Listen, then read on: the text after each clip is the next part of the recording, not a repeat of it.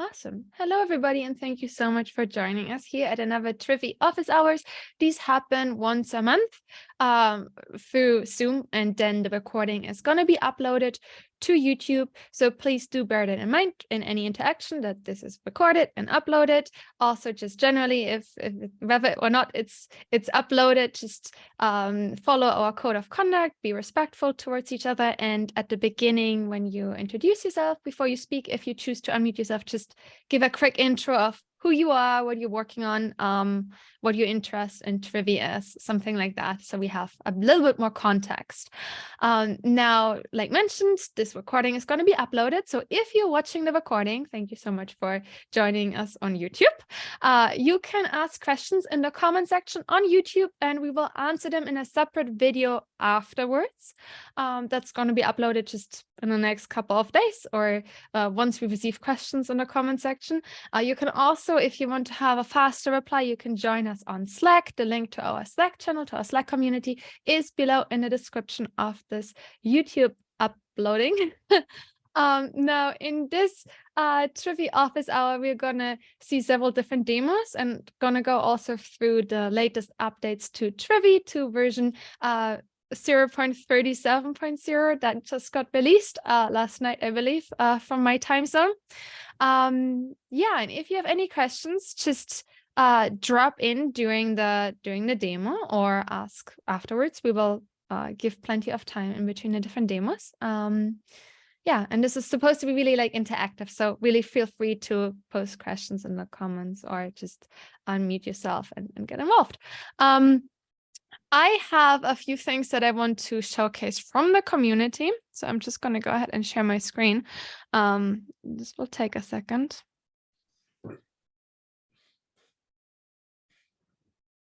Okay. Can you see my screen with the Trivy update, right? Yeah, you can see it. Can I get like a yay, something? Yes. Yeah. Okay. Thank you. Just making sure I'm sharing the right thing. So if you go to the discussions of Trivy, this is also where you can ask questions, as you might or might not know. We have different sections here. And this is also where you can find the updates that we're going to look at later on in this office hour, at the latest update from Trivy. But we edited the show and tell section, and that's really important to us because we would love to hear from you if you're using Trivy as part of your project, your open source project, or your company. You can start a new discussion, and then you basically have a form. You don't have to fill out the entire form. Just let us know your company name, for example, Aqua Security, and then you can submit the form to let us know that you're using Trivy. It would be great also to, if you want to share use cases, to hear from you about your different use cases. We had in the last month, we had a blog post written by somebody within the community.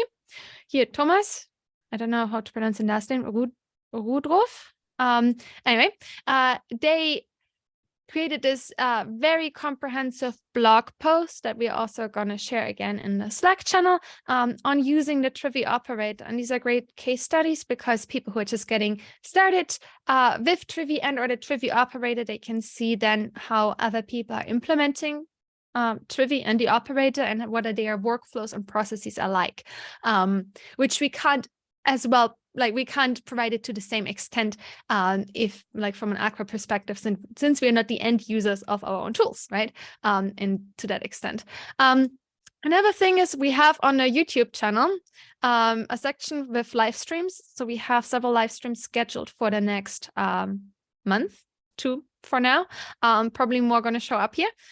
So if you're interested in joining any of the live streams on particular topics, if you have any ideas, thoughts on topics that you would like to see live stream on, then please also do let us know. This YouTube channel, the content here is very much based on what I and other people see happening within the community, the kind of questions you're having, and just generally what we think would add value to the setup and use cases that we see out there. Now, this is it for me for now. Let's have the first demo by, who wants to go first? Ren, you want to go first? Yes. Okay. So I'll be sharing my screen.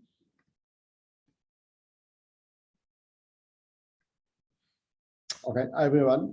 I'm Chen from the open source team. I'll be showing you a demo on the latest Trivy and Trivy operator CS benchmark support.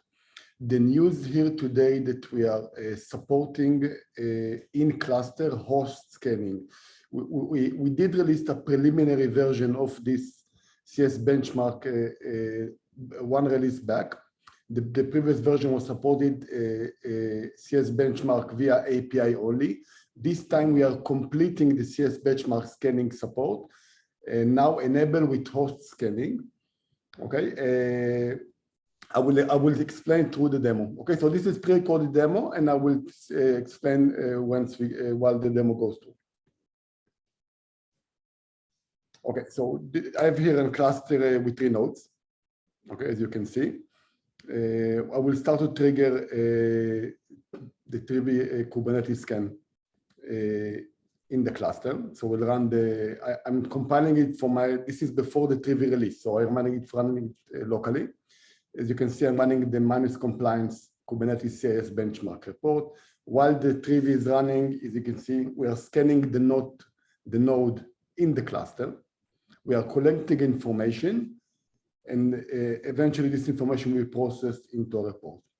While the report is running on Trivy, I'm going to show you also in parallel on Trivy operator. Okay, so in Trivy operator, we have the same functionality. Trivy operator, first we need to install the Helm chart. This is the latest RC, going to be officially released this week. Okay, as you can see, once we run the operator scans the node. Okay, this is the in-cluster node scanning. Okay, so we're getting inside the node, we're collecting information, and we're going to show you how we're going to produce the report. So now the Trivy operator is running, it's collecting all the information. Now, let's see that the logs, everything is okay. We don't have any errors. Okay, logs looks good. Now, in order to, as you see, we have 2 reports, the CS and the NSA. In order to get the report generated, the report is a cron base. We need to change the cron to every minute just for this demo, so we can see the report generated. Usually, by default, the report runs every 6 hours. Okay, so we change it out to every minute. It should be produced now. Okay, we have above 1 minute. We will run a JQ command to get only the status, because this is what's interesting. As you can see, we got the report generated. This is the controls for the host. You see, we're already getting results for the host. If this is profiling arguments, there are some permission checks we are doing here. So everything in CS benchmark, which require node access, we are doing it now, and it's supported in Trivy operator, as you can see. What you can see now also is the summary report. It's not the detail. If you want to get detailed report, there is an option. We can edit the CIS, okay, and just change the type of the report to detail. This will give us the actual control and the details, what we check behind the scene in order to get the result. So we change the summary to all is for the detailed report. And it's going to trigger again. We have to wait 1 minute. While we are waiting, let's go back to the Trivy. Okay, and in Trivy, this is the report was produced. So this is the summary report. As you can see, the summary report produced all the information from the CS benchmark, similar to what we see in the operator in the JSON format. We're getting all the control checks you want. By the way, we can run this report also in JSON format if we want to consume it with automation. Okay, so this is the classic table view, but we can get more and more view to it.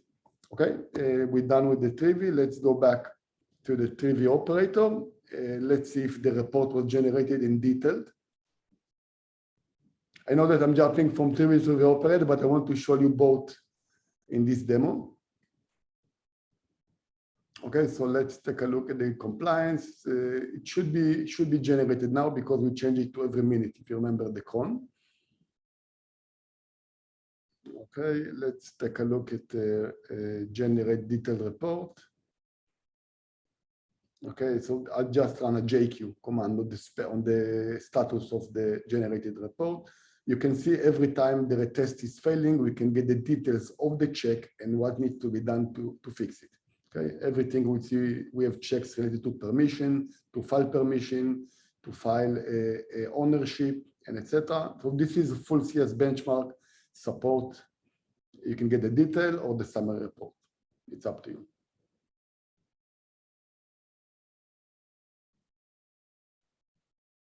Yeah, I think we're good. This is, I think, the demo gets to the end. If you have any question, feel free to pass. Awesome. Or ask me now. Yeah, and if there are any questions, Shubham or Tim, then just drop in or comment in the chat. Either way works. If you're watching this recording, then when you have any questions, then please do comment it in the comment section on YouTube or post us on Slack in the Trivy operator or Trivy channel. Tim. No questions for me. I'm listening. I'm just kind of listening in for today. Awesome. Great. Simar, you want to go next? Yeah, I'll share my screen. 1 second. Oh, and also give a little intro of who you are, please. Yes. Can you see my desk? Can you see my screen now? Okay. All right. So yeah, I'm Samar. I also work at Aqua. I just wanted to show you a couple of features that are part of this new release. So the ones I'll be talking about, one of them is the automatic policy bundle fetching. So yeah, let's dive into that right away. So to give you some context, today policies are embedded into Trivy. So when you get a new release of Trivy, any policies, and by policies I mean like any misconfiguration policies that are there, any cloud policies that are there, they're all bundled in to Trivy. So every release of Trivy, you get a new set of policies. We wanted to decouple that with the release of Trivy. So we wanted to essentially work on the policies on the side, and then as new policies are developed, and release, which happens more often than the releases of Trivy, then we can essentially have new policies for Trivy to use downstream. So it's kind of similar to if you're familiar with Trivy DB. So the vulnerability database that Trivy has is essentially downloaded on a periodic basis as it expires. It's downloaded from a repository that we maintain. So yeah, a similar idea for the policies for misconfiguration scanning and cloud scanning. So I'll show a quick demo for that.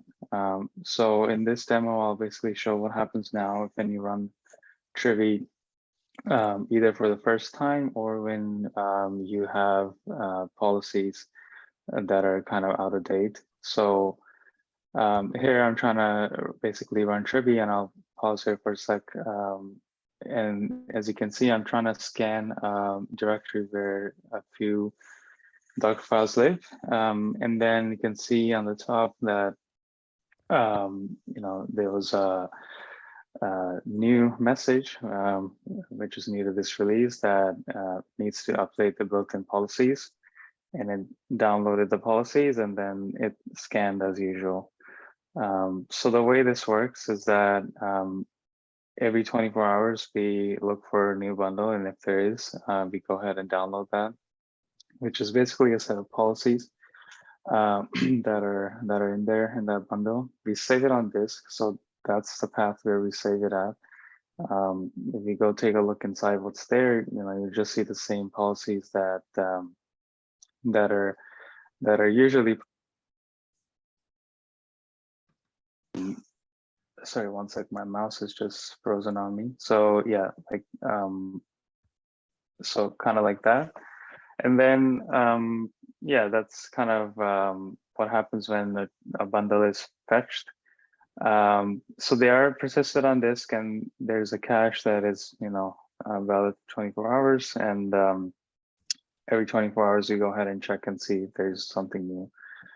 So That's sort of the idea of it, fetching the bundle. Now, if you have a air-gapped environment, or you simply don't want to have these updates and you rather have them as a new release of Trivy goes like before, you can also choose to skip them. You can skip the policy fetching logic by passing in the skip policy update command. So if you do that, let's see what happens here. So you'll see that this time it did not.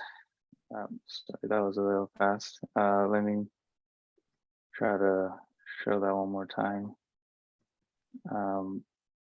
Oops, what's going on? Okay, let's start that again. So yeah, you can pass in the skip policy update command. And then you'll see that it does scan and it proceeds as before. So to kind of drive the point across home, let's go ahead and delete the cache that we had in the previous demo that saved the policies on disk. So I'm going to remove them from disk so that it's absolutely clear that we are not downloading anything, and then we don't have any policies that we downloaded from the past on disk. So if I try to run that command again and then add the debug flag, just for posterity, you'll see that the messages say that you can't download any new policies because that flag is enabled, but the scan still goes ahead and runs anyway. And that's because we still are including the embedded policies as before. So in case, as I mentioned, you have an air-gapped environment, or you simply don't want to download new policies, you can still keep using the embedded policies that are shipped with every release of Trivy. As of this release, this may or may not change in the future, but as of this release, policies are still embedded. You can still use them as you're using them today. But in the case you want to get new set of policies, you can also fetch them, and Trivy can fetch them for you on your behalf from that bundle. So I'll go to the next demo, and then I'll take questions together. So the next demo basically talks about improved schema support for policies. So basically, we wanted to be more compliant with the Open Policy Agent regular specifications for how we define these policies. So you can read more on this on the openpolicyagent.org website, where they explain how schema annotations work and how you can define a policy, and then before you pass it to the regular engine, you can define a schema on that policy. And schema basically means like what is appropriate and expected for the input to have. So you can define it that way. So for this release, we wanted to include support for schema or in custom schemas with Trivy. So I'll go ahead and show what I mean by that. So today, if if I try to do a config scan again with, let's say, my custom policy that lives in a directory, and then I pass in again the same directory that I'm using for tests as the previous demo, you'll see shortly that a couple of things happen. So first, you see the results that you saw previously, but in addition, you see a new result at the very bottom, which is my custom policy. In this case, I'm just using a dummy of the existing policy, and I've just renamed it to be an identifier DS999. So where does this custom policy come from? So as I mentioned, as I showed in the previous command, I'm passing it in a path where all these policies live. And that path is in there, and that is where that policy is. And in addition, there's a schemas directory where I've defined that custom schema to be used for that particular policy. So if you take a look at that custom policy that I have, you can see that's the ID for it, and that's the description. But then also there is an input metadata annotation that says, use the schema my fancy Docker file. So where does that live? Well, the definition of that lives in the schemas directory, like I had shown in the at the top. So that's basically the schema of what this policy expects as input, and this directory structure and then this syntax of like defining is not proprietary to Trivy in any way. This is, as I mentioned, part of the OPA specification. So if you're writing a new Rego policy, this is how you will define a new schema or a schema for your policy. So all Trivy has done with this release is added support for it. So now if you bring in your custom policies which use a custom schema, then you're able to just pass them as is through Trivy. And Trivy will pick that up and basically evaluate the policy for you. Before doing that, it will evaluate the schema and make sure that the policy and the input are correct. So yeah, that's kind of what that second feature does. And that's all I have for the demos. And any questions, I'll take them now or later in the chat. Awesome. Thank you.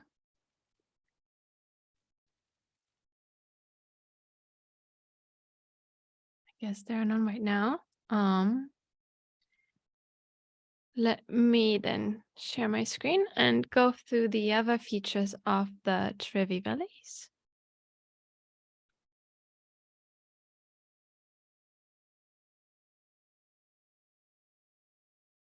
You can see it, right? Yes. Okay, cool. Yeah. Okay, so this release in regards to the Trivy CLI consisted of a lot of additions to existing commands, like additional features being added. So for example, we have now as part of the Trivy image scanning, you can scan your container image for Docker CIS benchmark compliance scans, basically. So if you are familiar with Kubernetes and you have used Kubernetes resource before and used benchmark scans on your Kubernetes resource and environment, you might be familiar with CIS benchmarks. It's basically an industry-wide standard that defines what your resources are supposed to look like, how they are supposed to be configured. And there's also a similar one so there's CIS benchmarks for Kubernetes and there's one for Docker. And based on this benchmark, this standard, we now released the CIS benchmark scans for your images as well. And I have here a demo. Now the demo is recorded from Tepe, who can sadly not join us in this office hour since where he is, it's midnight right now or something like that. So you basically, to perform the scan, you just use the normal Trivy image command, and because you want to scan a container image, and then you specify that you want to do as part of the compliance scans, you want to do Docker CIS compliance scans. And then you just specify the image that you want to scan. And you're presented with a table, like with other scans.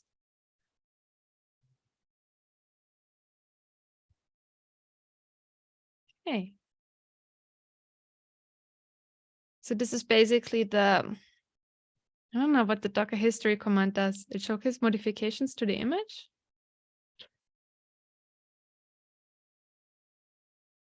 Or what has been run in the image. Anyway, so this is Docker CIS benchmarks that you can now, so basically to see if there's anything wrong with the container image itself, how it's configured. Similarly, you can also now do misconfiguration scans of your container images and secret scans of your container image configuration. So basically, are there any exposed secrets as part of the environment variables in that container image? I mean, you could use, for example, Docker environment, like check the environment variables of the container, but the Trivy image scan will give you additional details. So here is the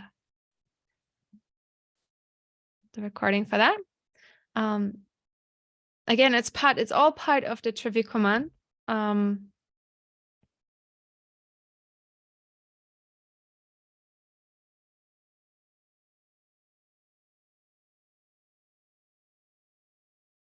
And then you will be presented with any, well, you can check for misconfiguration issues now as well.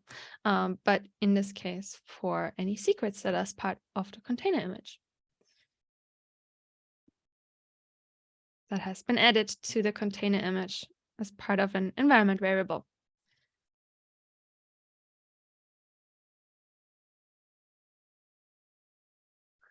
Awesome. And then we have here the misconfiguration scans.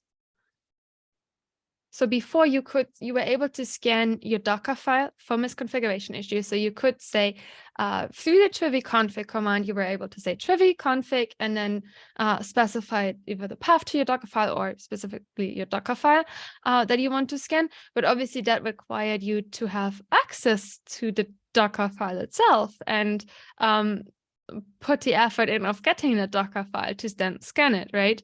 Now, instead, you can also scan now the container image directly for any misconfigurations. So as you can see, in this case, we didn't specify the Docker file, we specified the container image, and we're presented with the misconfiguration issues that there is. In this case, in this Docker file, there is no user specified, for example.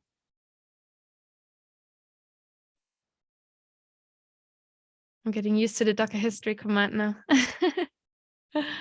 Awesome. So that is that. Those are the changes that have been done to the container image scanning that we have through Trivy. Then we added additional support for Conda SBOM support. And we added also as part of our file system scanning, of vulnerability scanning, we added Dart. And I can show you that as well. Both of them. If there's anything that Giovanni or somebody else wants to add, any questions, then please do let us know. I will forward them in some cases, maybe to Tepe. So we have here the Trivy file system scanning of the, I don't know how to pronounce it, pubspec log file. And as you can see, it can now scan that as well for vulnerabilities. Now, if there are other package managers, other types of packages that you would like to have support in Trivy, then please do let us know through an issue in the Git repository. And then we have Conda SBOM scanning. Is that how you say it? As well. So here we are first creating the SBOM for that container image, for that Conda container image. Now you can create through Trivy, you can create SBOMs in the CycloneDX or in the SPDX format, just by specifying, again, as part of the Trivy image command, the format that you want to use, and then the container image that will generate the SBOM for you in the type, the SBOM type that you would like. Now we can, once we have that SBOM, that basically specifies everything that went into that container image, all of the libraries packages. We can scan it as well. Is that to create the SBOM? Maybe. It's to create the SBOM, but then you can also scan it for vulnerabilities with Trivy. Anyway, these are some other changes. As you can see, there have been lots of additions made to the different commands. And yeah, no particular, no new features, let's say. But yeah, that is that. Those are the latest changes. Are there any questions? Anything anybody wants to add? Let me just stop sharing. So it's all clear. Amazing. Yeah, if there's something anybody wants to see on the next Trivy Office Hours that we haven't shown, or that we don't have, also maybe that we don't have a YouTube video for, or a tutorial in the docs for, then please do let us know as well.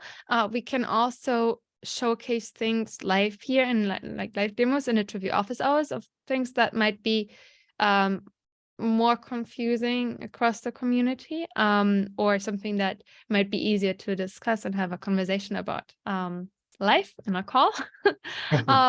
Yeah, so do let us know. I did want to say that from my perspective in our company, we do value all the work that's being put into Trivy and the other open source projects. So keep up the good work. I am looking forward to trying out the new Trivy features with the AWS image scanning. I do want to ask if since you guys had added Trivy support for the new AL22 for the Docker image scan last year and Ubuntu updates, if you're planning on including those updates. I know Amazon Linux, the new release has been delayed, but I'm really hoping that those new updates, OS supports, will be included timely when those are officially released. We're big users of Amazon Linux and Ubuntu here, so yeah, generally keep up the good work and look forward to testing out some of the new features. Awesome. Thank you. Which company are you working? Can you share that? I work with Maxar Technologies. Awesome. Thank you for sharing. I will definitely forward that information to Tepe, so he knows as well. Awesome. Yeah, we've been working pretty close with some of the developers for on Trivy and TFSec for about a year now. So some of your developers, I should say. Yeah, and if just a general note, if there's something that you need supported, if let's say we haven't updated for the new version or the new Linux images in AWS, you can always open an issue, and we can get on it and finish it for you or get it done for you. Yeah, for sure. And you guys have been really good about getting those updated as fairly quickly. We've submitted quite a few issues, especially with TFSec. So and we've submitted some code to you guys too, so that's been a good working arrangement in the community, able to take that feedback and build it into your product. One thing that I'm curious, and I had talked with one of the reps, but I haven't quite picked it apart and seen it if you have the feature yet, but we have a need for some type of reporting capability to store scan results and test results into like a repository of some sorts. Now we can home bake something, but I didn't know if you guys had anything in work for something like that. From Trivy or from the Trivy operator? From Trivy. From Trivy. Out of, not as far as I know. There's nothing that right now can would forward the scans from, I guess, from your pipeline, right? From your CI/CD pipeline to a separate repository. And certainly we can export the JSON reports and store them somewhere. It would be a nice enhancement if we either had a side container or another service that could run alongside Trivy that could store and query those results, but it's not super critical.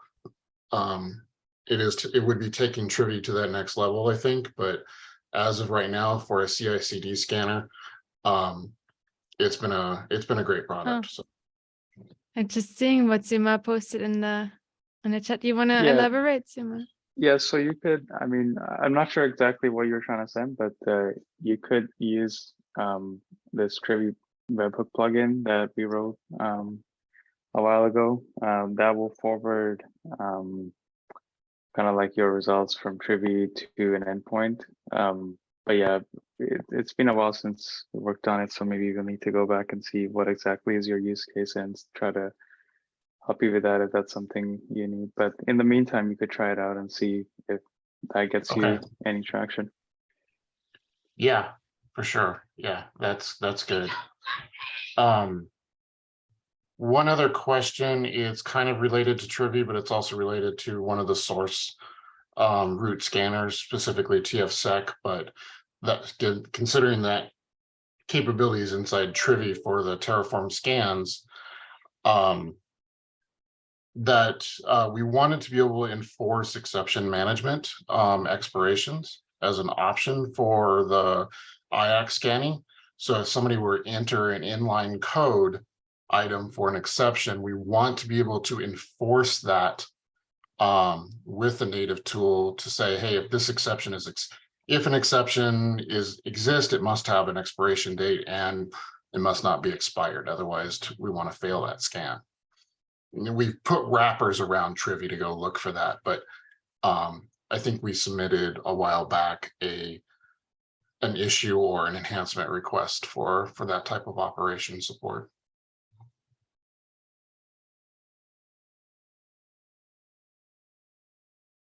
Could you forward me?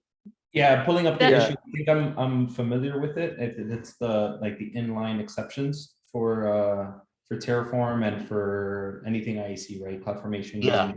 Right. So you can't put comments on a JSON file, but for the YAML files, we could do that as well. Yeah. We're working on that. We trying to get it out in the next release. So. Oh, awesome. Keep an eye out on the milestone, and hopefully we can make it out for the next milestone. Awesome. Thank you. Cool. That's all I have. Great. Awesome. Thank you for asking. Cool. If there are no other questions, again, if you're watching this, thank you so much for watching this recording. You can always ask questions on GitHub, in the discussions, in the comment section, or on Slack. And these office hours are happening every month. They're going to move to the second Wednesday of every month. So if you have any questions, if you want to see anything particular that didn't work for you or that you have questions on them, please do let us know, and we can also incorporate it into these office hours and talk about it live, since that's sometimes easier. Awesome. Thank you everybody for joining. I hope you have an amazing morning, day, afternoon, evening, and to see you in one of our next office hours or in the Slack or YouTube or GitHub community. Thank you. Thank you, everyone.